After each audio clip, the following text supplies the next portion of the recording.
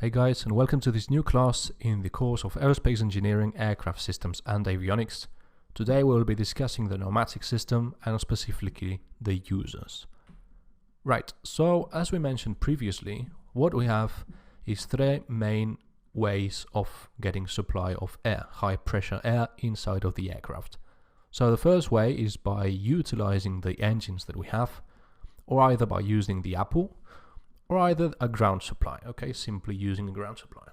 Right, so from this, the engines, we can actually provide high pressure air into the pneumatic system, which will allow us to actually operate several users, okay? So the users are air conditioning, wing anti-icing, water pressurization, hydraulic pressurization, and also engine start. So this is what the distribution of the different users looks like. Initially, what we have is the engine source and the APU, okay, which are the sources of the air, as we mentioned before. As you can imagine, the engine source is just located on the engines, okay, and the APU is located on the back of the aircraft. Again, the users that we have is the engine anti-icing, which, as you can see, is this blue ring over here. Then we have the wing anti-icing, which is located on the leading edge of the wing and also is in color blue in this image. Then we have the water pressurization, which is basically a tank that we will pressurize, and we will talk about this in a bit. Then we have the cabin pressurization and air conditioning, okay, which is these two tanks located in the middle of the aircraft. Finally, we have the hydraulic system pressurization, which is, quite similar to the water pressurization, but instead of operating in order to enhance the smooth operation of the water pressurization system, it just works for the hydraulic system in a way that allows other users to work to correctly function in the aircraft.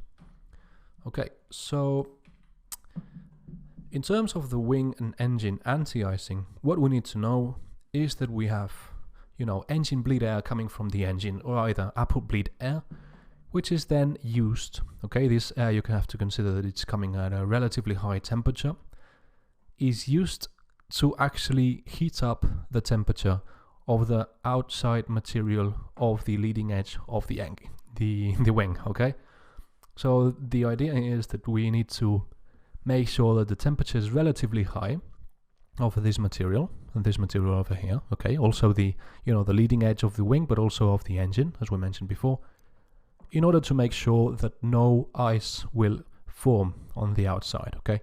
If we were to actually have ice on this outside, we would actually have a big problem, because that would, it would counteract the, some effects that we have. We can actually have some drag, we can actually have many different types of problems related to icing, okay? So again, the main goal here is to actually make sure that no ice can form, and this is simply done by putting some air, relatively hot air, moving through this little slit over here, okay? This is the main idea. Right, in terms of the water pressurization, we have a relatively simple model, okay? The idea is to have a tank which is full of water, and then have a pressurization system which allows to actually move smoothly all of this water throughout the aircraft, throughout the different subsystems, okay? Like the bathroom, like having water for people, whatever. This is a relatively simple system which just works throughout the aircraft and makes, uses the high pressure air in order to make sure that the water can flow without problem, okay? In addition to that, we also have the cabin pressurization, probably one of the most important things in terms of the air supply. Okay, so the first thing that we need to consider in terms of the cabin pressurization is, why do we need to actually pressurize the cabin?